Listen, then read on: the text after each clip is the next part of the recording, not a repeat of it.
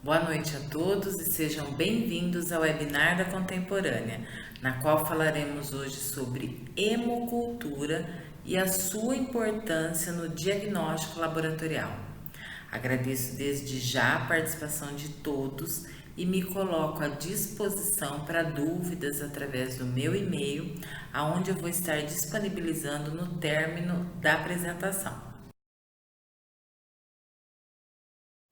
O meu nome é Mônica da Silveira, faço pós-doutorado pela Universidade Estadual Paulista Júlio de Mesquita Filho, Unesp. Sou doutora pela Faculdade de Medicina de Botucatu, em doenças tropicais, com especialidade em infectologia e ênfase nas áreas de resistência bacteriana e epidemiologia. Atualmente sou bióloga no Hospital Estadual Bauru e docente convidada pela pós-graduação em Engenharia Clínica na FAAG. É válido ressaltar que eu não possuo nenhum conflito de interesses.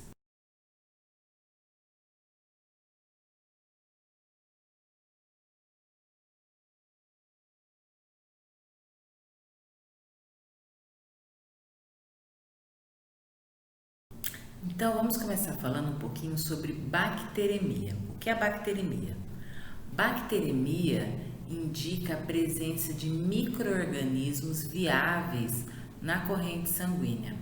É um fenômeno de grande relevância diagnóstica, pois justamente está associado a taxas de morbidade e taxas de mortalidade, além de representar uma das mais significativas complicações no processo infeccioso, fazendo assim com que esse exame de hemocultura tenha sua importância frente à tamanha infecção. Normalmente, as bacteremias são causadas por um único micro-organismo, porém, em algumas situações, ocorre também as infecções polimicrobianas. Quando um paciente adquire bacteremia ou fungemia, o que é fungemia? Fungemia é a presença de fungos na corrente sanguínea. Dá-se a entender que ocorreu uma falha na defesa do hospedeiro em localizar e neutralizar determinada infecção em seu foco inicial, ou de repente um insucesso na remoção ou drenagem de determinado foco infeccioso. As condições que predispõem o paciente ao quadro de bacteremia ou fungemia têm relação com a idade, tem relação com as doenças de base, com os medicamentos utilizados e principalmente pelos procedimentos invasivos. A grande maioria dos casos sépticos tem origem hospitalar, aonde os micro-organismos apresentam a multiresistência aos antimicrobianos, fazendo com que as taxas de mortalidade sejam superiores às que ocorrem atualmente na comunidade. Daí então a importância da expertise do microbiologista, onde uma vez que a hemocultura venha positivar para micro-organismos patogênicos, é necessário ter o discernimento de quando é um contaminante. É um indicador altamente específico de infecção de corrente sanguínea, permitindo então que a identificação do agente e o teste de sensibilidade, que é o antibiograma, possa auxiliar na terapia antimicrobiana, pois hoje será demonstrado justamente isso, que a introdução precoce do antibiótico reduz significativamente a mortalidade. Como indicação clínica para a coleta de hemoculturas, é que o ideal deve ser realizado antes do início da antibiótico-terapia. Os sintomas clínicos envolvem febre acima de 38 graus ou hipotermia, que é abaixo de 36 graus Celsius. Presença de leucocitose com desvio à esquerda ou até mesmo granulocitopenia absoluta. O que é? Que é a diminuição de leucócitos, gerando então a redução na barreira de defesa do paciente. Em crianças, o que chama atenção é a mudança do estado geral, do seu estado geral, sem nenhuma explicação. Já nos idosos, vem acompanhado de mal-estar, mialgia ou até mesmo sintomas de AVC. Então, dependendo do caso, Com provável infecção, normalmente é solicitado que a coleta de outros materiais, de outros sítios, como por exemplo urina, secreções, líquor, fezes, enfim, através de outros sítios.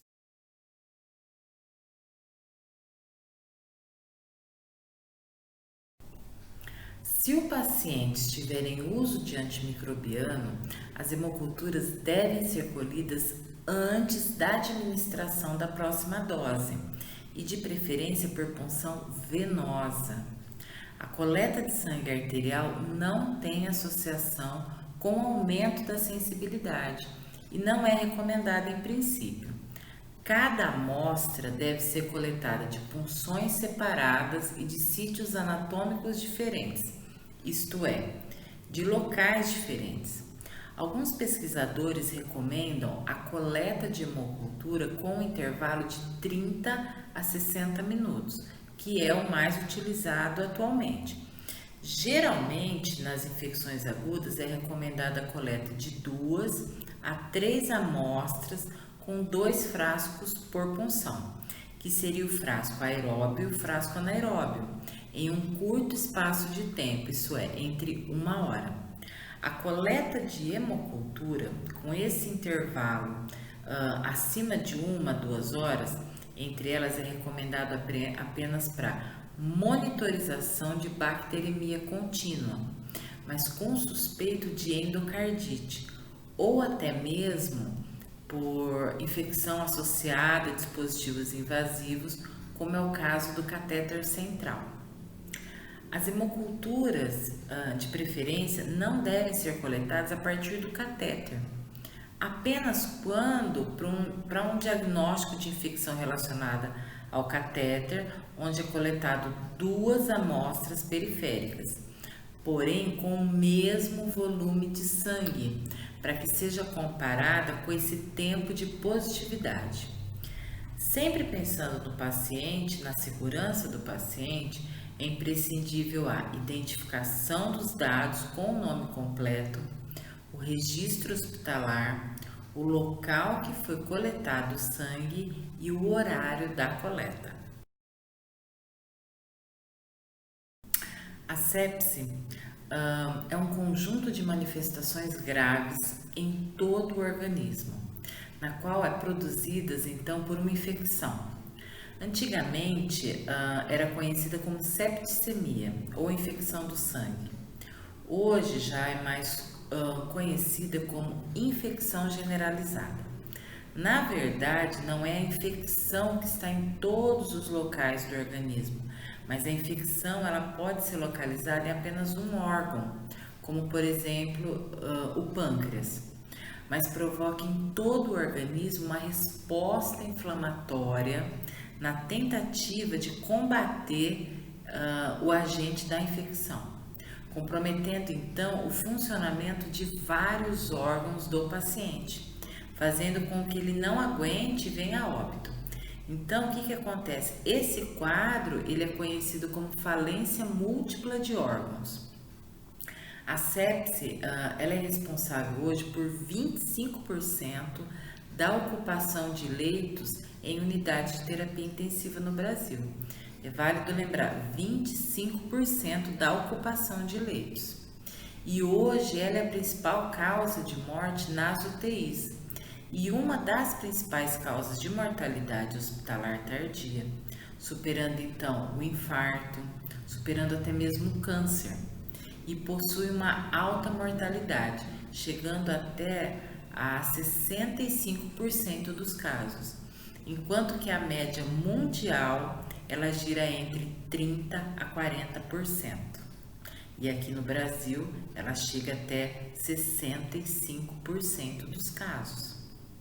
A doença ela tem um impacto financeiro enorme, tanto nos setores públicos como nos setores privados, justamente porque pela grande necessidade da utilização de equipamentos sofisticados, assim como tecnológicos e, consequentemente, medicamentos caros.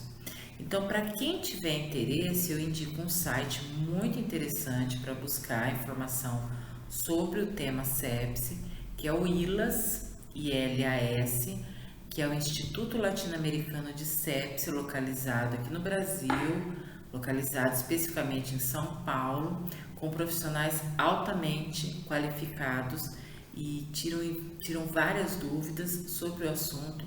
Tem um material muito interessante lá disponível e gratuito, então quem tiver interesse é só entrar no site. O diagnóstico, o quanto mais rápido for identificado, proporciona o que? A sobrevida ao paciente em até 80% de chance, se diagnosticado na primeira hora, e já entrar com a terapia antimicrobiana.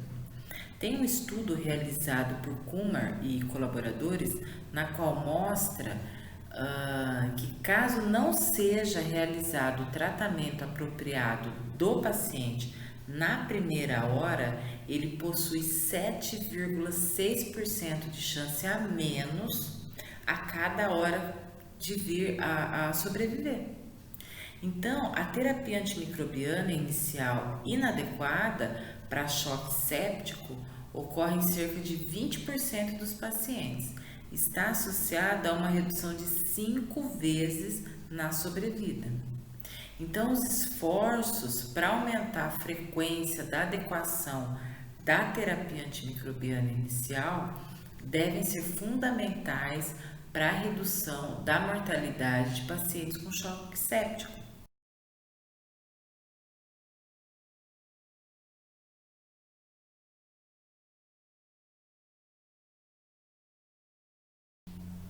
Foi realizada uma campanha em 2016 com o título Sobrevivendo à Sepse, na qual possuía diretrizes internacionais para a gestão de sepse e choque séptico.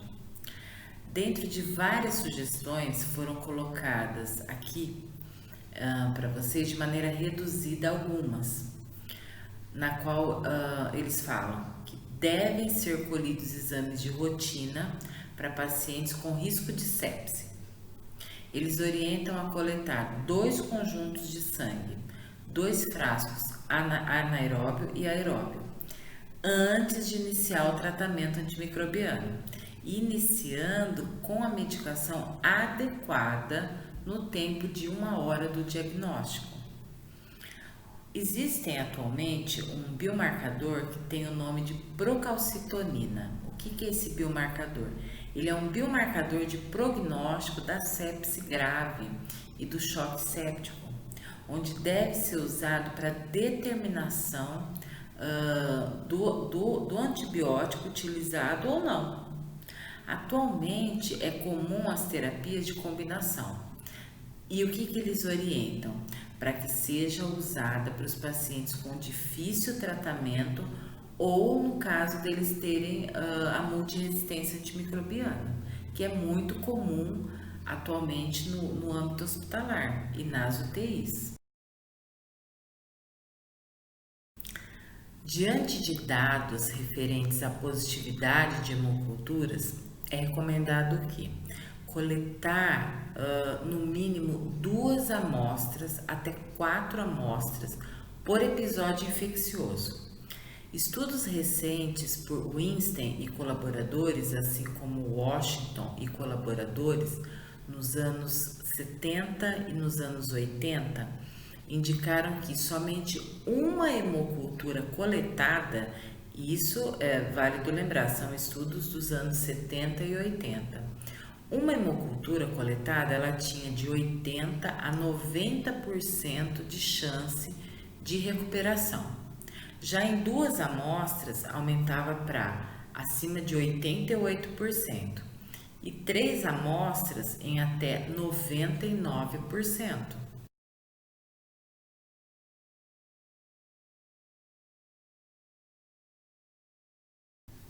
Já estudos mais recentes realizados por Coquenil e colaboradores em 2004 e Lee e colaboradores em 2007 demonstraram que as chances de recuperação com uma amostra apenas fica entre 70%. 2 amostras coletadas fica entre 80% e 90%. e 3 amostras de hemocultura coletada fica entre 96% a 98%. Acima de 4 amostras coletadas, gira entre 99%.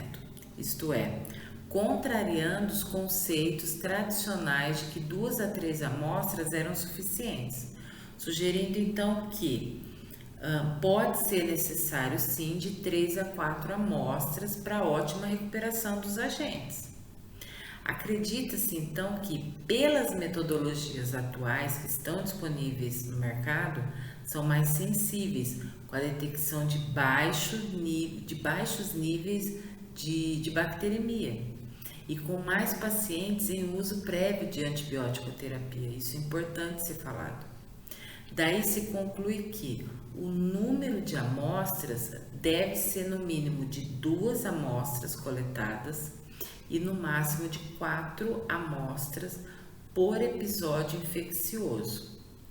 É válido lembrar que um número maior de amostras traz pouco benefício, porque aumenta os custos, aumenta o trabalho e, consequentemente, o risco de provocar anemia e trazer um aumento significativo da positividade. Não traria esse aumento.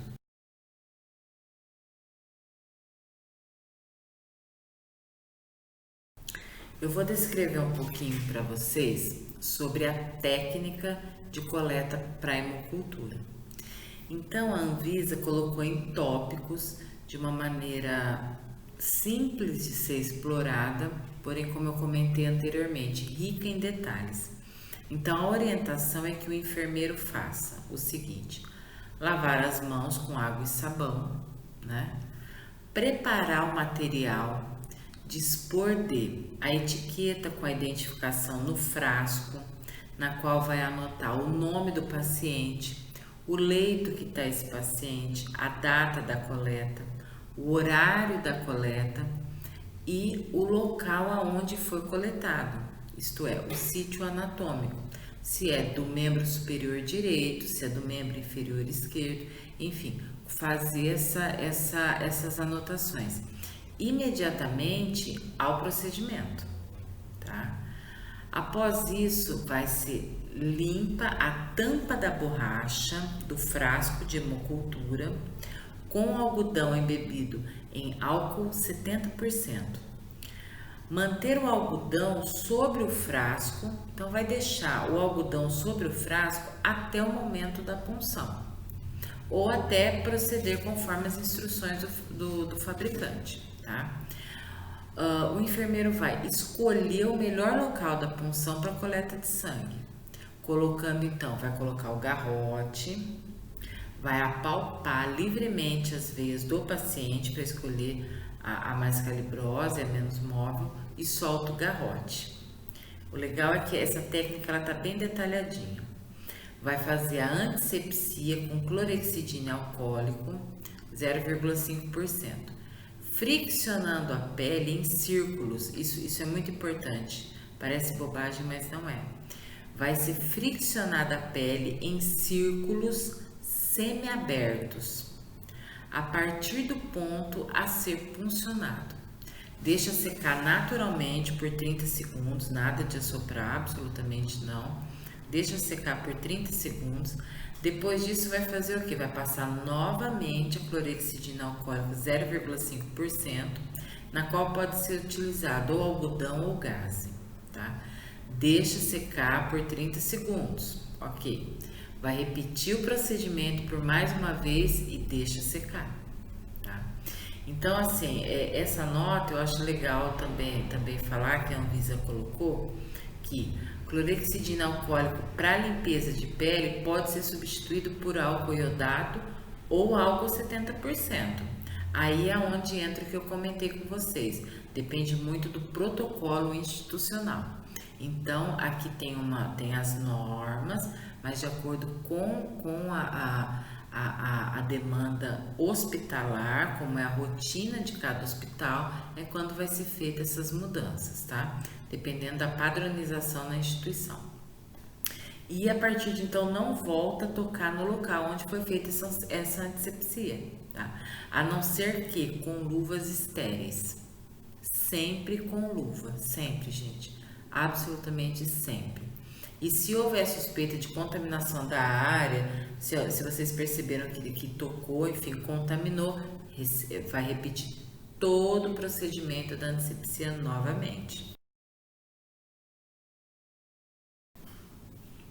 É fundamental um entrosamento intermultidisciplinar envolvendo o laboratório clínico e a comissão de controle de infecção, na qual possam determinar juntos protocolos institucionais, criando então mecanismos para que possa garantir a coleta de pelo menos 2 amostras de hemoculturas, isso por episódio infeccioso. Claro que devemos excluir pacientes pediátricos com baixíssimo peso. Uma antisepsia realizada de maneira adequada, através de educação continuada em loco, atualizações mensais e semestrais, seguida pela amostragem ideal, pelo volume coletado mediante o solicitado pelo fabricante do frasco, que pode variar entre 1 a 10 ml de sangue, exclui a provável chance de obter resultados falsos positivos ou até mesmo resultados falsos negativos. Eu vou descrever agora um pouquinho sobre a técnica de coleta para hemocultura, onde a Anvisa, em 2013, descreveu de maneira simples, porém rica em detalhes, na qual é válido ressaltar que pode ser modificada frente aos protocolos de cada instituição, ok? Após a antisepsia, vai ser colocado novamente o garrote e vai puncionar a veia com a agulha e a seringa ou até mesmo o dispositivo de coleta a vácuo, sem tocar diretamente no local da punção. Por quê? Porque já foi sentida a veia, tá? Agora não tem como, o ideal é que não tenha muitos outros contatos, né? Então já sentiu a veia, já fez a antisepsia, agora não precisa mais tocar. Então vai ser coletado aproximadamente de 5 a 10 ml de sangue para adulto e para criança de 1 a 4 ml de sangue, tá? Então, no item 8, depois que retira a agulha, faz a compressão local com algodão seco. O item 9 é fundamental, porque vai transferir a amostra para os frascos de hemocultura, colocando primeiramente o sangue no frasco anaeróbio, e não precisa trocar de agulha, porque se você troca a agulha, muito contato, tem chance de contaminar, tá bom? Continuando, se a coleta for realizada com scalp e adaptador próprio, que é aquele sistema a vácuo, né? Inocular primeiro o frasco aeróbio, tá? Continuando, importante lembrar que nesse caso os frascos de hemocultura devem permanecer em pé durante toda a etapa da coleta, para evitar o refluxo para a veia do paciente, tá? Observar o volume correto, observando a guia de marcação na etiqueta do próprio frasco, já que a maioria deles não tem volume de aspiração a vácuo calibrados e outros já têm. Utilizar um conjunto de seringa e agulha ou dispositivo próprio de coleta a vácuo para cada punção, ou isto é, para cada amostra. Dispensar o material de punção em local apropriado, que é a caixa de pérfuro-cortantes, e lava as mãos. Então, assim, seguindo essa técnica de maneira correta, de maneira detalhada, como está aqui pela Anvisa, não tem como contaminar essa amostra, tá? Só que pode vir a acontecer alguns fatos, alguns percalços, diríamos assim, durante a coleta. É aí que entra os micro-organismos contaminantes. É onde tem a chance de contaminar a amostra. O volume de sangue adequado está totalmente relacionado com a interpretação dos resultados. O número de hemoculturas positivas, em função do número total de amostras coletadas, tem muito significado clínico, pois, ao contrário dos casos de pacientes com bacteremias verdadeiras, os contaminantes crescem, geralmente crescem somente em uma amostra, quando duas ou mais são obtidas. Isso é importante ressaltar. Portanto, a coleta de uma amostra única, ela deve ser inibida.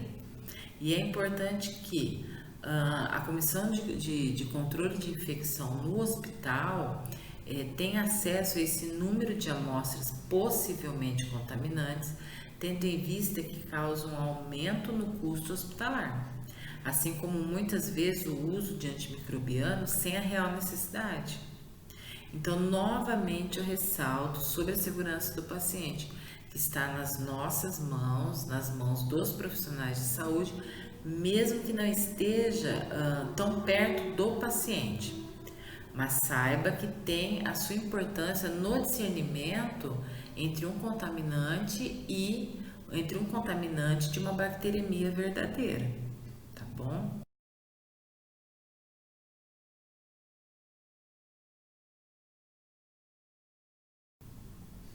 Um par de hemoculturas compreende um frasco aeróbio e um frasco anaeróbio. No final da década de 80, início de 90, tiveram estudos que indicavam que a recuperação de anaeróbios ela estava em declínio, onde diante disso alguns autores preconizaram que apenas o uso de frascos aeróbios. É demonstrado atualmente que as infecções de corrente sanguínea elas são causadas por anaeróbios, que teria diminuído progressivamente. Mas nos últimos estudos demonstra que a coleta do par incluindo frasco anaeróbio, ela leva ao aumento do isolamento de estafilococos, de enterobactérias, de alguns streptoenterococos, anaeróbios estritos e facultativos. Então é recomendado que as hemoculturas elas incluam frascos pareados de hemocultura aeróbia e anaeróbia. O uso de um frasco aeróbio somente, muitas vezes, ele é preconizado para quê? Para as instituições onde tem dificuldades relativas a acordos de ressarcimento por parte da fonte pagadora.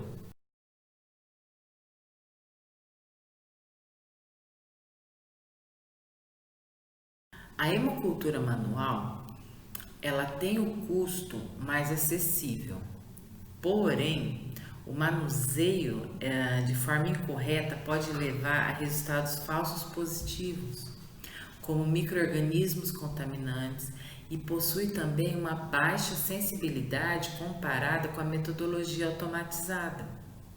Então, essa metodologia manual, ela trata-se normalmente do BHI ou do TSB, né? O período da incubação é de 7 dias e a agitação periódica dos frascos é primordial.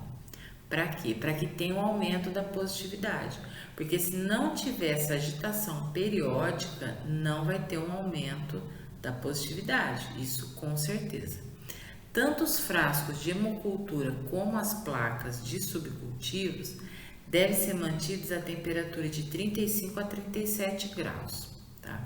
Então, o primeiro subcultivo, que a gente chama de cultura cega, ele pode ser feito após 12 ou 18 horas em placa de agar-chocolate e agar-sangue, onde é verificado todos os dias, é verificado o crescimento de colônias, assim como a inspeção visual dos frascos de 6 a 12 horas, analisando a hemólise, analisando a turbidez, se produziu gás, se tem bolha, película de crescimento ou até mesmo grumos. Então, a grande maioria de micro-organismos ela é isolada nas primeiras 72 horas.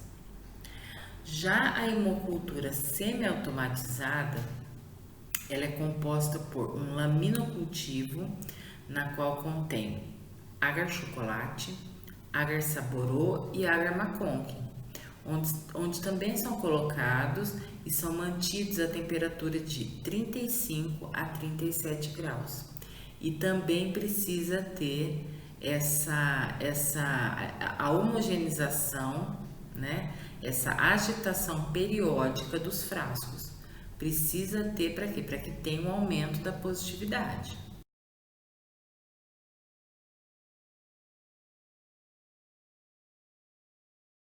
Falando um pouquinho ainda sobre quais são benefícios sobre esse método automatizado, podemos citar que é o contínuo monitoramento pelo sistema e essa leitura ela é realizada em minutos, possui uma maior sensibilidade, uma maior rapidez na detecção da positividade dessa amostra, através do que? Através da agitação, né? A possibilidade de criação de banco de dados dos micro-organismos isolados e dados demográficos. Então, além de tudo, além do interfaceamento com o sistema do laboratório, acaba facilitando a liberação dos resultados negativos. Determinação do tempo para a positividade de cada frasco, auxiliando então no diagnóstico de infecções relacionadas a catéter. Possui um menor risco de contaminação laboratorial.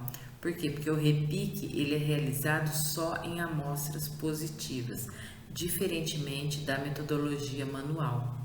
Não é necessário repicar amostra negativa. Então, com isso, acaba tendo economia de tempo e material. Os materiais aqui citados são agulha, seringa, placa com meio de cultura, que são utilizados para os repiques, com menor risco de manipulação. Se tem menos manipulação, tem menos risco, tem menos custo, né? Entre outros fatores. E os frascos de plástico, eles possuem a vantagem de ser mais leves e provocarem menos riscos de acidente. A gente não pode esquecer que nós estamos num ambiente hospitalar, né? Então, o cuidado com o risco por acidente nós temos que ter sempre. E a principal desvantagem do método é o que? Ainda, infelizmente, é o custo elevado, né? Embora algumas vezes não são compensados pelas fontes pagadoras, né? Só que é válido ressaltar que para se ter qualidade num ambiente hospitalar, infelizmente ou felizmente, a gente precisa ter os recursos necessários. E para se ter esses recursos necessários, envolve sim um custo, e o custo é alto, né? Já para os laboratórios que dispõem de metodologia automatizada, existe a possibilidade do uso de meios de cultura com resina ou carvão, que apresenta ação inibitória para os antimicrobianos, útil para pacientes que receberam antibiótico-terapia prévia. Isto é, a cultura que possui resina ou carvão ativado é justamente o que? É um inibidor de antibiótico, que acaba facilitando na positividade das amostras de hemocultura. A agitação do meio é um fator importante para facilitar a multiplicação bacteriana, principalmente dos aeróbios estritos e facultativos. E isso é o que ocorre no momento da incubação no aparelho de automação, né? Que ele já é automático o período que ele tem que fazer essa agitação dos frascos. E pacientes com infecção avançada pelo HIV, assim como bem como outros imunossuprimidos, tem risco elevado de infecções por Mycobacterium tuberculosis, por Mycobacterium avium, assim como histoplasma, entre outros, né? Os meios contendo resina ou carvão ativado tendem a levar ao aumento da recuperação de micro-organismos, incluindo estafilococos, enterobactérias e leveduras, tá? Propiciando que o aumento da positividade em pacientes que recebem antimicrobianos. E em contrapartida a isso, a recuperação de mais contaminantes. Por exemplo, Staphylococcus coagulares negativo, Bacilo gram positivo, entre eles alguns. Então, em situações rotineiras, utilizando-se um método automatizado de monitoração contínua, recomenda-se o quê? Recomenda-se os frascos de hemoculturas, eles sejam incubados por 5 dias, para bactérias aeróbias, anaeróbias e a grande maioria das leveduras.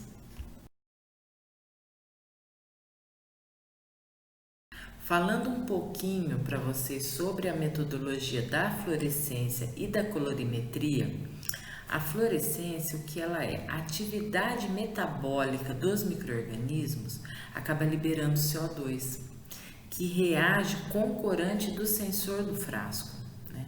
Então, o LED, ele ativa o material fluorescente do sensor. A fluorescência, ela é o que? Ela é modulada pelo corante no sensor. Então, o fotodetector, ele já lê a fluorescência. Aí, a partir de então, os dados obtidos pelo sensor são analisados pela placa, onde é realizada então a leitura dessa posição.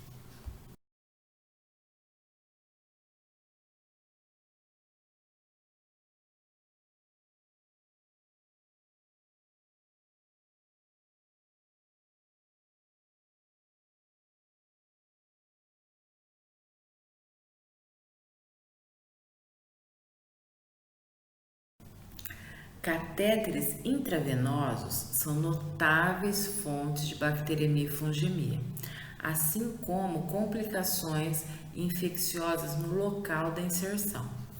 Os mesmos cuidados para a inserção devem ser adotados na retirada do catéter.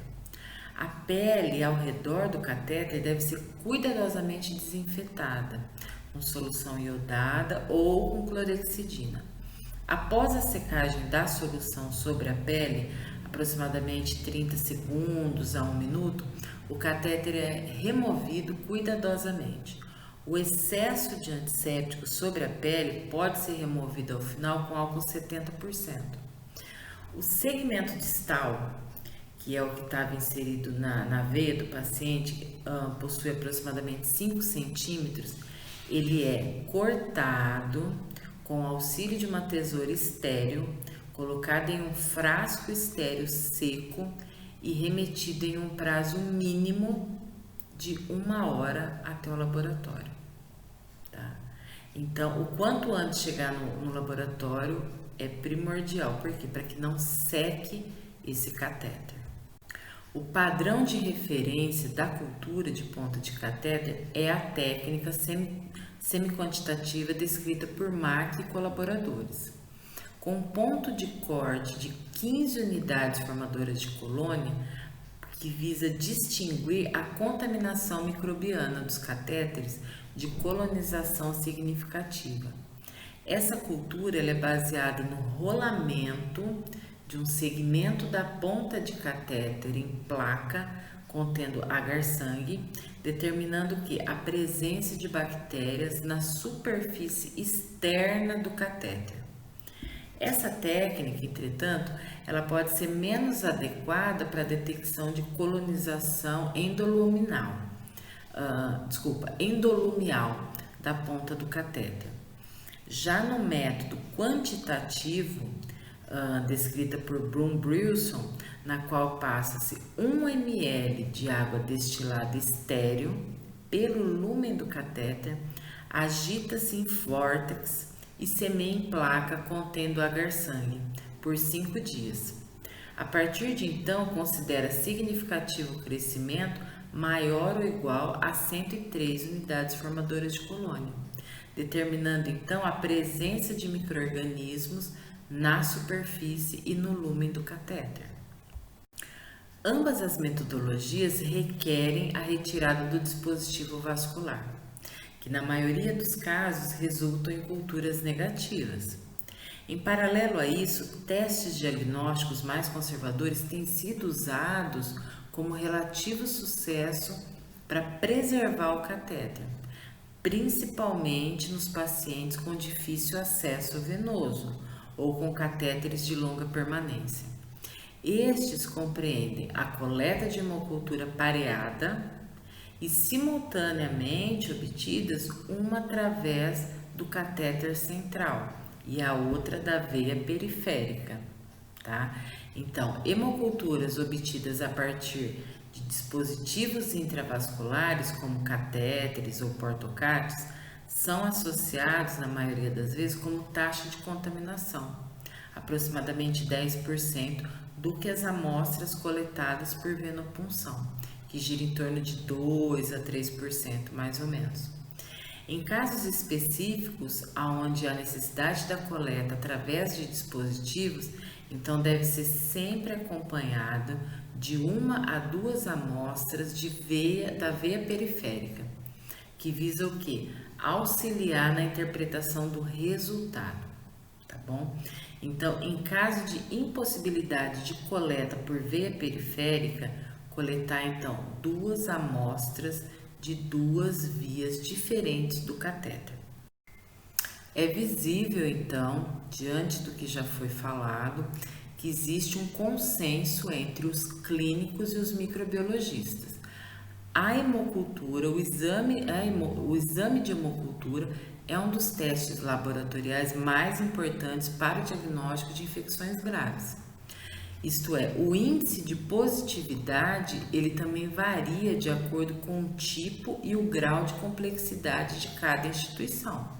Por exemplo, a instituição nível primário. Nesse estágio, encaixa-se o que? Os casos mais simples, ou seja, o grau de complexidade é considerado baixo. Na etapa primária, o foco está no agendamento de consultas, de exames básicos, de curativos, radiografias, eletrocardiogramas. Aí encontra-se o que? O trabalho desenvolvido pelas unidades básicas de saúde, as chamadas UBS. Logo em seguida, vem o nível secundário, que são as unidades de pronto atendimento, as chamadas UPAs, na qual elas integram o estágio secundário. Nesse momento, surgem os especialistas, como os cardiologistas, oftalmologistas, endocrinologistas, etc., né? Mas vale lembrar que nesse estágio, os equipamentos e a infraestrutura são compatíveis com a demanda. Dessa forma, os profissionais possuem o suporte adequado para realizar intervenções em doenças agudas ou crônicas, além de atendimentos emergenciais.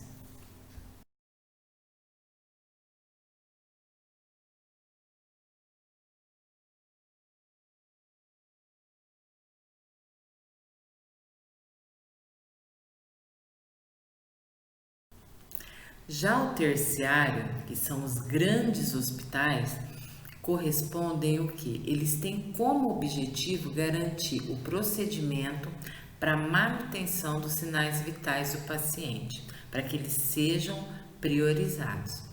Nisso, a tecnologia ela torna-se a principal aliada dos médicos e dos profissionais que são responsáveis pelo socorro aos usuários.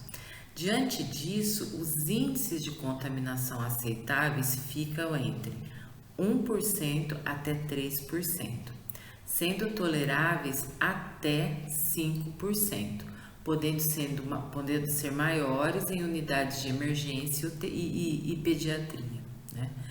Nos últimos anos, tornou-se evidente que os micro-organismos anteriormente considerados como contaminantes, como por exemplo estafilococcus, coagulase negativa, cada vez mais comumente isolados e algumas vezes associados sim a infecções verdadeiras, principalmente relacionados a dispositivos invasivos e frequentemente é confundido na avaliação clínica. Aí entra também, como já falado anteriormente, a expertise do microbiologista. As hemoculturas falsamente positivas levam a trabalho extra no laboratório, realização de exames adicionais, uso desnecessário de antibióticos, tempo prolongado de internação, seguido pelo aumento de custos, como já foi falado anteriormente. Portanto, toda hemocultura positiva com germes potencialmente contaminantes devem ser criteriosamente avaliados, visando o retorno que isso vai dar a quem? Que vai dar ao paciente. Então, nós temos que pensar novamente falando da segurança do paciente.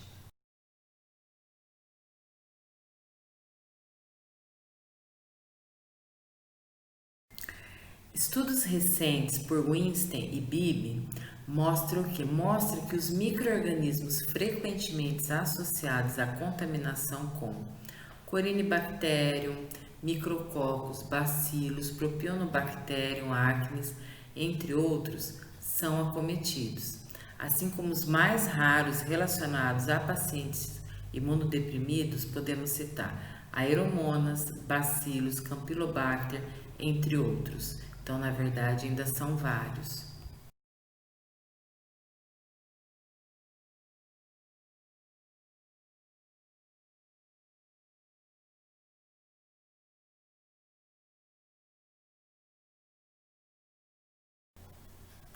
A sinalização de parciais ao médico, ela deve ser rápida, porém ela tem que ser precisa. Através da coloração de GRAM, onde serão analisadas as características morfotintoriais, juntamente com os dados do paciente, é quando vai ditar a escolha da antibiótico terapia primária, com impacto positivo na escolha terapêutica e também na evolução clínica. O resultado parcial da hemocultura, ela deve ser considerada de alta prioridade para notificação ao médico por escrito em forma de laudo. É sempre útil rever outras culturas do mesmo paciente para identificar possíveis pistas da identificação do agente. Então, o número de hemoculturas positivas sobre o total de amostras enviadas e o tempo da positividade também devem ser analisados quando vai para reportar os resultados. Então, estudos mostram que um período curto para notificação do resultado ao médico consiste na importância no fator para diminuir o tempo de internação, fazendo com que propicie melhor evolução do paciente, visando que isso é um resultado crítico. Sendo assim, deve ser ágil e deve ser preciso. Um estudo recentemente publicado, na qual analisou 2.455 amostras no período de agosto de 2018 a julho de 2019, verificou 152 amostras positivas, na qual teve como objetivo realizar testes de identificação e suscetibilidade antimicrobiana, mostrando o quê? Mostrando sinais positivos de crescimento microbiano nas primeiras 12 horas de incubação. O que eu achei interessante? Eles utilizaram a centrifugação e a coloração de GRAM de 5 ml de líquido do frasco. Então, eles pegaram 5 ml de líquido do frasco após positivar, obtendo resultados ainda mais rápido do que já é o tradicional pela automação. Então, a busca por métodos que não exijam financiamento adicional e estejam amplamente disponíveis já está em andamento. Nesse estudo, 5 ml de amostras de sangue foram coletadas diretamente de hemoculturas com sinais positivos e os resultados foram obtidos em 24 horas.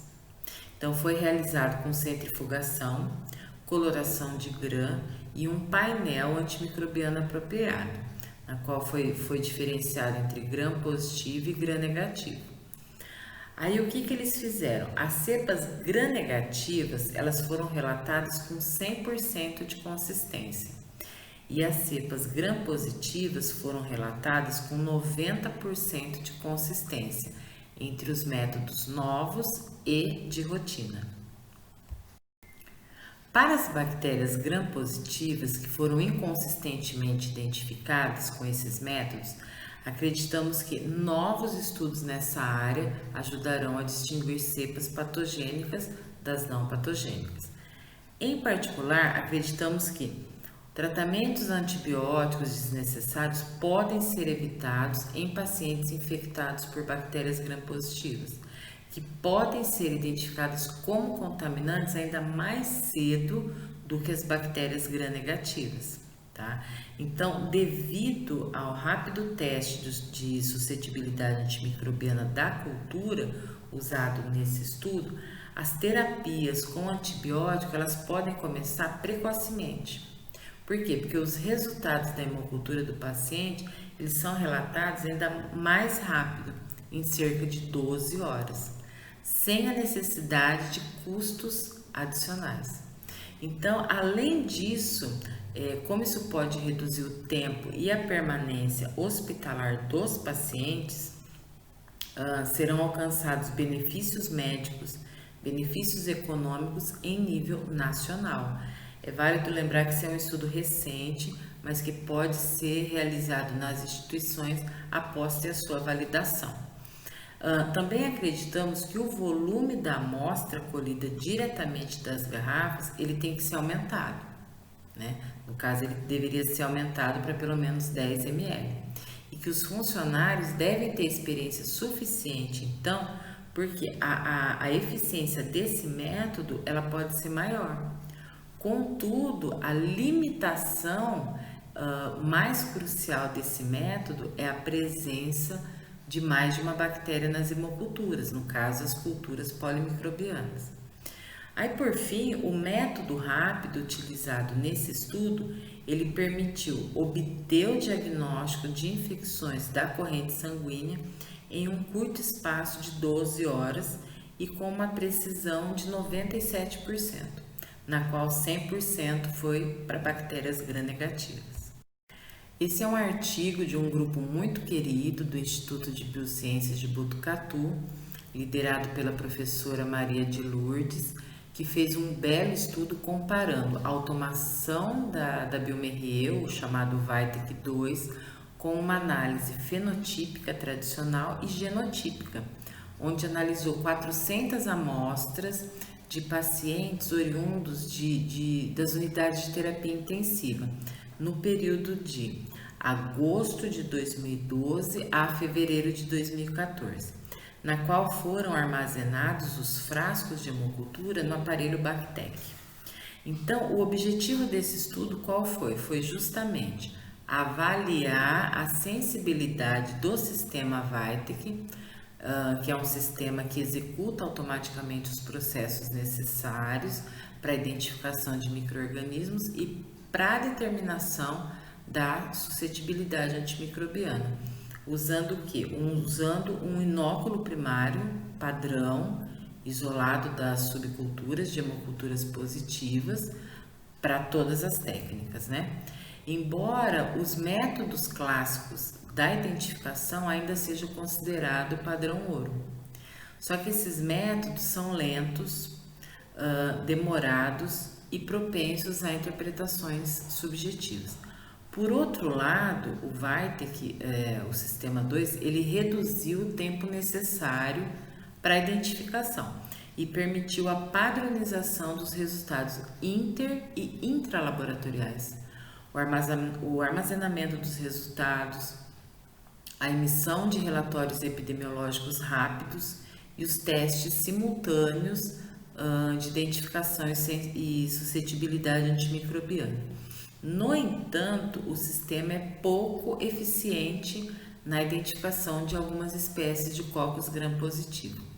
Então, a diferença desse estudo foi a avaliação prospectiva do sistema Vitek durante o trabalho da rotina de um laboratório de microbiologia clínica em um hospital universitário, na qual foi utilizados os 400 micro-organismos isolados de hemocultura, coletado durante o período de hospitalização desses pacientes, ao invés de realizar um estudo retrospectivo de amostras armazenadas por anos, né? Então, como conclusão desse estudo, eu achei interessante ressaltar por quê? Porque teve uma concordância geral de 94,7% com os resultados dos métodos genotípicos, Então, isso é importante ser realçado.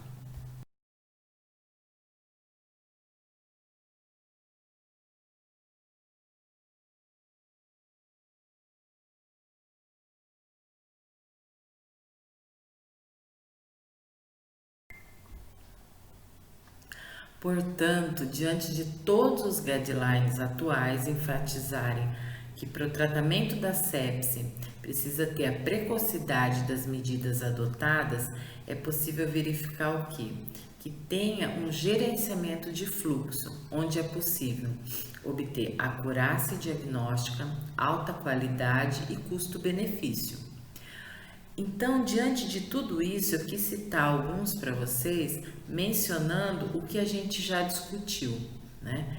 Que melhora a produtividade, melhora a redução do tempo de resposta, o custo total de materiais, melhora na qualidade das amostras, melhora na relevância clínica dos resultados.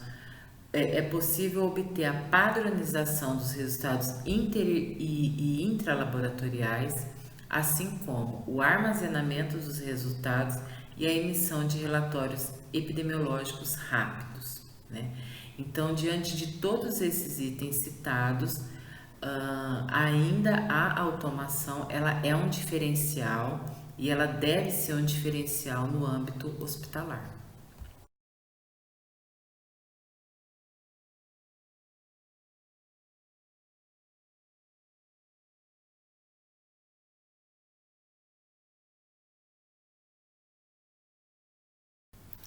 E essa imagem, sempre eu costumo passar para os meus alunos, porque Bill Gates ele fala, ele cita essa frase que eu acho muito interessante, que na verdade é algo para a gente também repensar, na qual ele afirma que a primeira regra de qualquer tecnologia utilizada nos negócios é que a automação aplicada a uma operação eficiente aumenta a eficiência.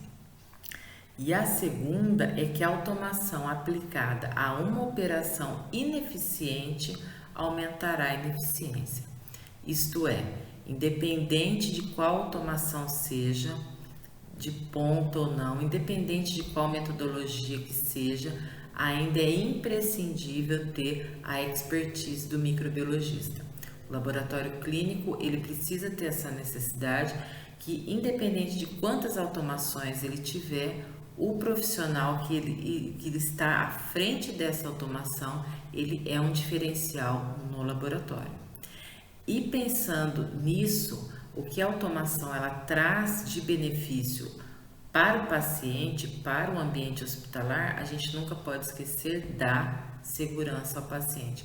Eu falei essas palavras inúmeras vezes, várias vezes na verdade, mas eu friso novamente porque não adianta ter uma super metodologia, um super aparelho, se não tiver um pensamento e o foco que seja o paciente, tá? Então, a liberação do laudo, tudo deve ser muito preciso, a comunicação, laboratório, microbiologia com o clínico, com o infecto, com os clínicos em gerais, enfim, tem que ter essa comunicação precisa visando o paciente.